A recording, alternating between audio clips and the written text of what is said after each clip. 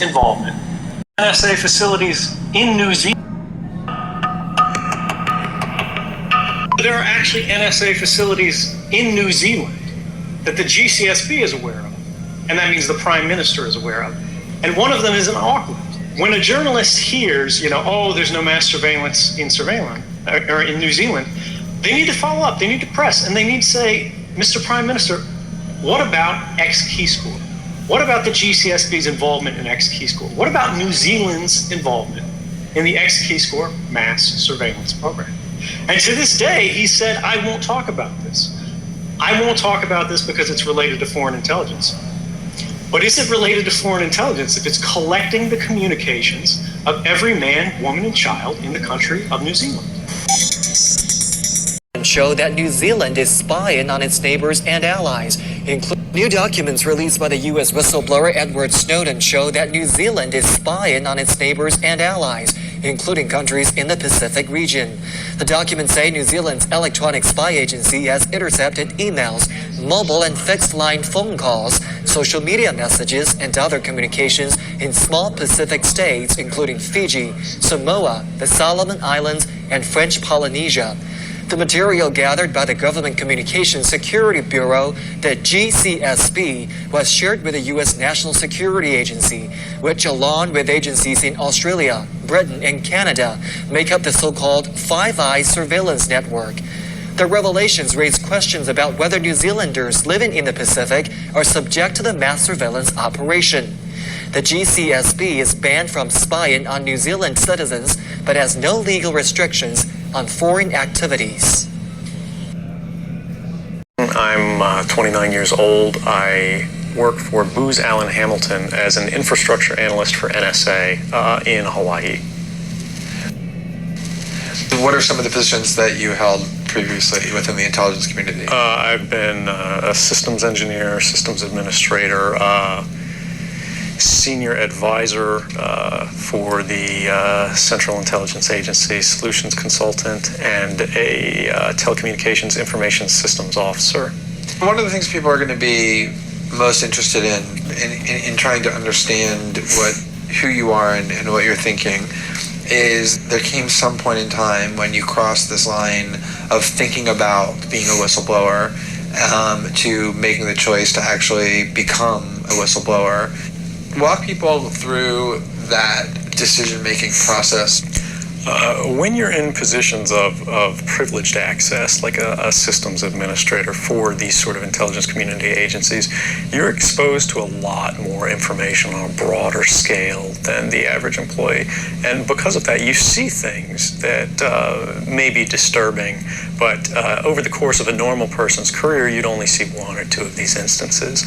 When you see everything, you see them on a more frequent basis, and you recognize that some of these things are actually abuses. And when you talk to people about them, in a place like this where this is the normal state of business, people tend not to take them very seriously and move on from them. But over time, that awareness of wrongdoing sort of builds up, and you feel compelled to talk about it. And the more you talk about it, the more you're ignored, the more you're told it's not a problem, until eventually you realize that these things need to be determined by the public, not by somebody who was simply hired by the government. Talk a little bit about how the American surveillance state actually functions. Does it target the actions of Americans? NSA and the intelligence community in general is focused on getting intelligence wherever it can, by any means possible, that it believes on the grounds of sort of a self-certification that they serve the national interest. Originally, we saw that focus very narrowly tailored as foreign intelligence gathered overseas. Now, increasingly, we see that it's happening domestically. And to do that, the NSA specifically targets the communications of everyone. It ingests them by default. It collects them in its system, and it filters them, and it analyzes them, and it measures them, and it stores them for periods of time, simply because that's the easiest, most efficient, and most valuable way to achieve these ends. So while they may be intending to target someone associated with a foreign government or someone that they suspect of terrorism, they're collecting your communications to do so. Any analyst at any time can target anyone, any selector anywhere. Where those communications will be picked up depends on the range of the sensor networks and the authorities that that analyst is empowered with. Not all analysts have the ability to target everything, but I, sitting my desk, certainly had the authorities to wiretap anyone, from you or your accountant to a federal judge to even the president if I had a personal email. One of the extraordinary parts about this episode is that usually whistleblowers do what they do anonymously and take steps to remain anonymous for as long as they can, which they hope often is forever. You, on the other hand, have decided to do the opposite, which is to declare yourself openly as the person behind these disclosures. Why did you choose to do that? I think that the public is owed an explanation of the motivations behind the people who make these disclosures that are outside of the democratic model. When you are subverting the power of government, that's a fundamentally dangerous thing to democracy. And if you do that in secret consistently, as the government does when it wants to benefit from a secret action that it took, it'll kind of give its officials a mandate to go, hey, tell the press about this thing and that thing, so the public is on our side. But they rarely, if ever, do that when an abuse occurs. That falls to individual citizens, but they're typically maligned. It becomes a thing of these people are against the country, they're against the government, but I'm not. I'm no different from anybody else. I don't have special skills. I'm just another guy who sits there day to day in the office, watches what's happening, and goes, this is something that's not our place to decide. The public needs to decide whether these programs and policies are right or wrong. And I'm willing to go on the record to defend the authenticity of them and say, I didn't change these. I didn't modify the story. This is the truth. This is what's happening. You should decide whether we need to be doing this. Have you given thought to what it is that the U.S. government's response to your conduct is in terms of what they might say about you, how they might try to depict you, what they might try to do you? I could be, rendered by the CIA. I could have people come after me, or any of their third-party partners. They work closely with a number of other nations, or they could pay off the triads, or any of their agents or assets. We've got a CIA station just up the road in the consulate here in Hong Kong, and I'm sure they're going to be very busy for the next week. And that's a fear I'll live under for the rest of my life, however long that happens to be. You can't come forward against the world's most powerful intelligence agencies and be completely free from risk, because they're such powerful adversaries that no one can meaningfully oppose them. If they want to get you, they'll get you in time.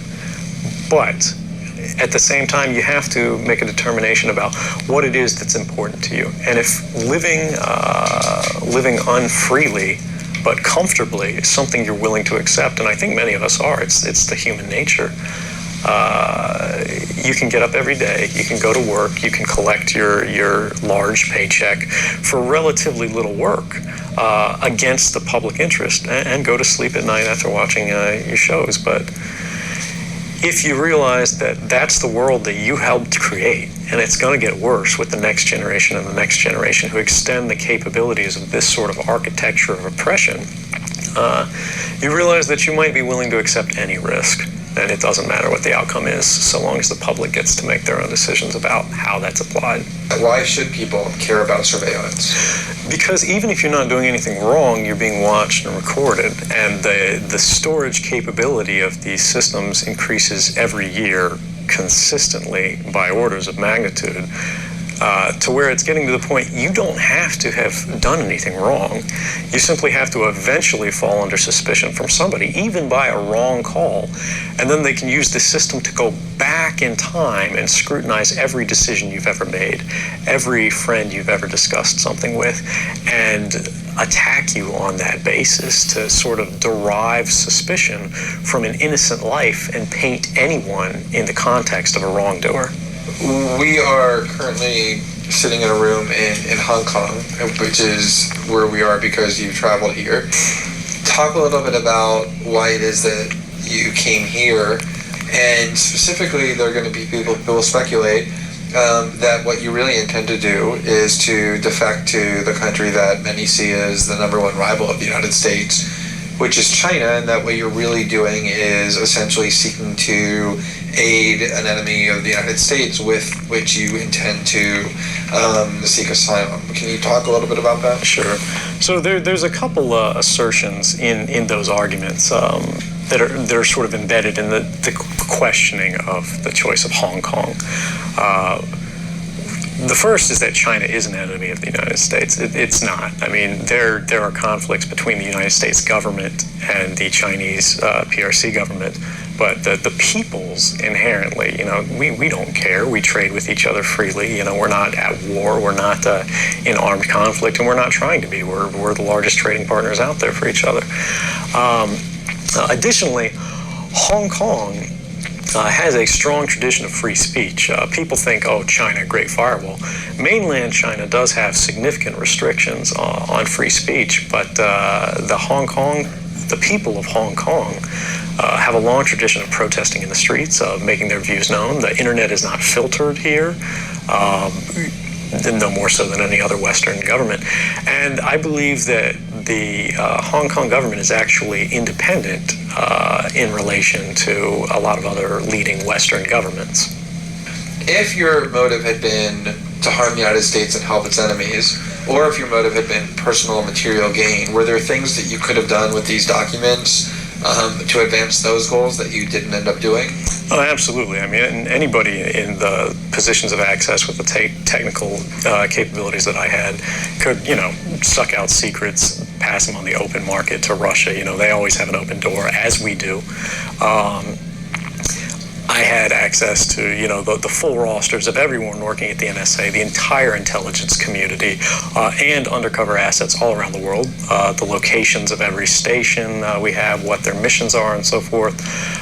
If I had just wanted to harm the U.S., that you could shut down the surveillance system in an afternoon. But that's not my intention, and I think for anyone making that argument, they need to think, if they were in my position, and you live a privileged life, you're living in Hawaii in paradise and making a ton of money, what would it take to make you leave everything behind? The greatest fear that I have regarding the outcome for America of these disclosures is that nothing will change. People will see in the media all of these disclosures. They'll know the lengths that the government is going to grant themselves powers unilaterally to create greater control over American society and global society. But they won't be willing to take the risks necessarily to stand up and fight to change things, to force their representatives to actually take a stand in their interests. And the months ahead, the years ahead, it's only going to get worse until eventually there will be a time where policies will change, because the only thing that restricts the activities of the surveillance state are policy. Even our agreements with other sovereign governments, we consider that to be a stipulation of policy rather than a stipulation of law. And because of that, a new leader will be elected. They'll flip the switch, say that because of the crisis, because of the dangers that we face in the world, some new and unpredicted threat, we need more authority, we need more power, and there will be nothing the people can do at that point to oppose it, and it'll be turnkey tyranny.